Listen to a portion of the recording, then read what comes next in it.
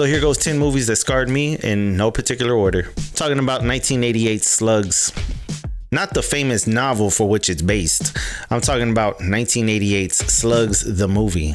You ever double check your heads of lettuce when cutting into them? I do to this day. Maybe not every head of lettuce, but for the most part, it's always there in the back of my mind. And I gotta blame this movie for it. And when I get olives in the salad at a certain olive-based garden restaurant, I get flashbacks to this movie. The body horror, the slimy, slithery creatures that come bursting out of people's faces, and that one scene where that one couple is getting it on in bed, and then I think the chick gets up and steps on a whole bunch of it's gross, it's terrifying, vomit inducing. That scene where that dude's drinking the water and then the blood gushes out, and that stuff stays with you. I was probably 7 or 8. I think I was at one of my cousin's houses. I had one of them old school big screen TVs, and just seeing the panic, I don't even know what word, man. I'm not a wordsmith, but just seeing everything on the big screen, man, I might as well have had front row seats at the movie theater. It traumatized me. And don't even get me started on the garden gloves. 2 things scarred me as a kid that still stick with me. One is my grandma.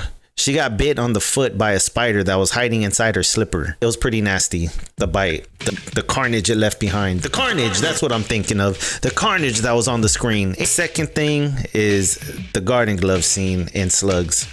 So that scene has me looking inside of garden gloves every time I put some on. Or at least I would if I did, but I don't because I'm a man.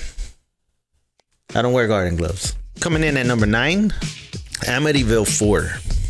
This is one of those movies I swear I thought I dreamt up. Amityville 4 is eerily nightmarish. And to this day, I hesitate before sticking my hand down the clogged sink. Also, for the longest time, I confused Amityville 4 with Amityville 6. They just blurred together so well. The color grading in those movies were like fever dreams. I remember feeling nauseous and sweaty whenever I seen those. It gave me this uneasy, sick feeling. Or maybe I was just sick when I was watching it. It made my viewing experience more intense than it probably should have been. I think your state of mind contributes a lot to how you see or remember a certain movie. If you know what I'm talking about, drop a comment. Let me know what your experience with the movie was. Alright, out the gate with number 8 is The Gate. Alright, so this movie's atmosphere was top tier. There was some little clay monsters that I remember. The kid with the eye in his palm. And that memory is still pretty crisp in my brain. Alright, number 7. I'm gonna catch a lot of flack with this one. I already know it. But you know what? I don't care. I'll defend this movie to my death. Jason Goes to Hell. Now, I know it's not really the most popular of the bunch, but I saw it young. I think it was the first one I really understood or comprehended. And it wasn't some boring cabin in the woods story. I know the Carrie knockoff and part 5 is kind of like a break of the formula also, but I don't care. Those movies, I've never seen those movies. I never sat down to watch them. They just seem boring to me. I like Jason Goes to Hell. It's a different movie. And plus, those other movies in the franchise, they lack something. The shaving scene. For me, it was a key horror moment. I mean, what the heck even was that? And not to mention that diner slaughter scene. That face punch alone, come on. That's one of the best scenes in any of the franchise. It was so brutal. But also what stuck in my head is the end scene. How Freddy's glove comes out and pulls Jason's mask. That didn't necessarily scar me, but it's something that stayed with me. That shaving scene is the one that really stuck with me. It was so weird. Unless you're into that kind of thing. I don't know. But speaking of Freddy's glove, that's going to take me to number 5 on the list. No, wait, I'm on number 6. So Nightmare on Elm Street. Of course, I'm talking about Glenn's death scene. It's like vomit. It was like a geyser of blood just pouring up to the ceiling. How did they even do that? It's a very effective effect. All right, next up on the list, this is going to be another controversial one. I don't care. Halloween Part 6. I know it has plot holes. I don't care. A scene that scarred me, that the introduction to Michael Myers in that movie, how he just emerges out of the shadows behind that nurse. Very, very beautiful.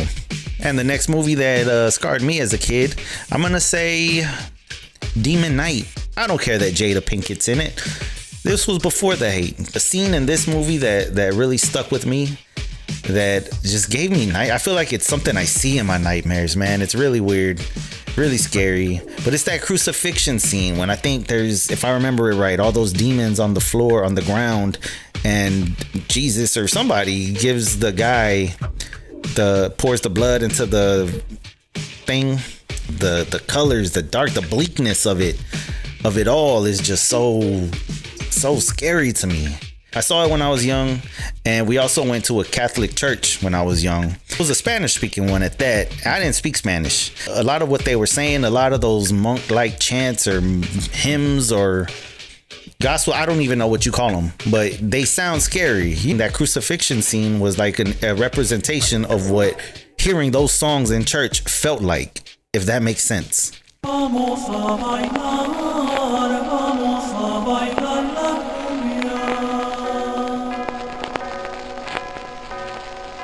And those green-eyed demons too, man. They were pretty scary to look at. The way their eyes glowed and stuff, the way their eyes lit up green.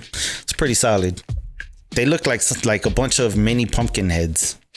Which brings me to my next movie, Pumpkinhead 2. I feel like it came on a lot. I didn't like that opening scene, how they just bullied that poor kid and then threw him in that well, man. It was sad. It was heartbreaking. This movie scarred me. Anytime Pumpkinhead came on the scene, there would be like an overabundance of that lightning flashes. Like, it's unnatural. Now it kills it for me. But at the time, it scared me. It was very effective. But that monster design, what was it? Stan Winston? He also did the design for Aliens. Which brings me to my next movie. Watching Aliens as a kid, I have shots in my, like, flashes of the movie in my brain, watching it at a cousin's house or something. Not that cousin, a different cousin. Spent a lot of time with cousins growing up. But yeah, to this day, I cannot look directly at a xenomorph. That movie, the tension it builds up to, leading up to the reveal, it did an excellent job. Scared the crap out of me. This is how serious it is. They had a life-size replica costume. I don't know if it was a costume or just a statue of it or something. The Spencer's Gifts at my local mall. And I could never even go into that store because I was just scared. I couldn't even look at it as I walked past. It was a window display, and I couldn't even look at it walking past. At the wax museums, it's always there. They always have that alien. And the worst is at Disney, at Universal Studios. They have a ride of Hollywood through the decades, through the eras of Hollywood, and it's a car ride. And then it starts to get dark. You start coming across that one scene, and I just thank God I was not on the side, man. I was like in the middle, but I couldn't even look. I just looked straight. I was looking at the tour guide. Just the freaking alien came out walking behind us. I was like a stone, man. I could not move. I'm gonna just cap off the list right here with Hellraiser 3. That movie scarred me for life. Made me feel funny. Hellraiser 3 just had that nightmarish atmosphere. The Pillar of Souls, all those faces coming out of it. Pretty freaky. The whole pain and pleasure dynamic was disturbing yet intriguing at the same time. And at the end, when all of the Cenobites, the Cenobite army came out, it reminded me of something straight out of RoboCop. Oh, RoboCop 1 has a scene that scarred me. When Red took Murphy out. Dude, like, what the hell, man? I can't watch that to this day. It's so depressing. It looks so real. The opening scene in Hellraiser 3, I think is that reporter. Was she chasing a story? I forget, man. I just remember hearing sirens, and it was like dark, seeing the ambulance lights flashing. But I do have some honorable mentions. Hereditary. At the end of that movie, when the lights came on, credits were rolling, I was scared to get out of my seat. I thought everyone else in the theater was in a cult, and they were all going to be staring at me to take my life or something. It was, to watch it in the theater, I don't think I'll ever have another eerie experience like that, but it was pretty awesome. The Exorcist, of course. And there's this mystery movie. I don't know. I swear I saw it I cannot tell you what the name of it is or anything that happens in the movie. I just remember a certain scene in it. There's a mom and she loses her family or her kids. Maybe it's the end of the world, or I just remember her being like in this blank space, this void. Maybe it was like smoky darkness behind her, all around her. Maybe she could have been in purgatory or something, and someone's trying to convince her to just believe. Like, her kids, her family, everyone she knows and loves is fine. She can join them if she just says she believes. She's weeping, saying that she just can't. Like, she just can't admit or say she believes.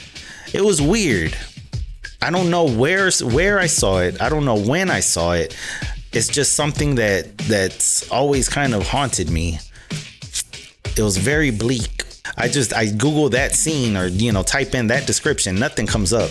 So yeah, does that ring any bells? Let me know in the comments. So did any of these movies mess you up? I'm probably gonna get clowned on for Halloween 6 or Jason Goes to Hell, but you know what, those are legit good movies. I don't care what you say. I could ignore the plot holes. I can ignore the fact that they don't follow the formula. They're good to me. They're good standalone movies. Am I tripping on some of these movies? Were some of these tame in y'all's eyes? Drop your pics in the comment section. And hey, hit that like and subscribe. If you had a channel, I'd do it for you. That's it for me, man. Peace out.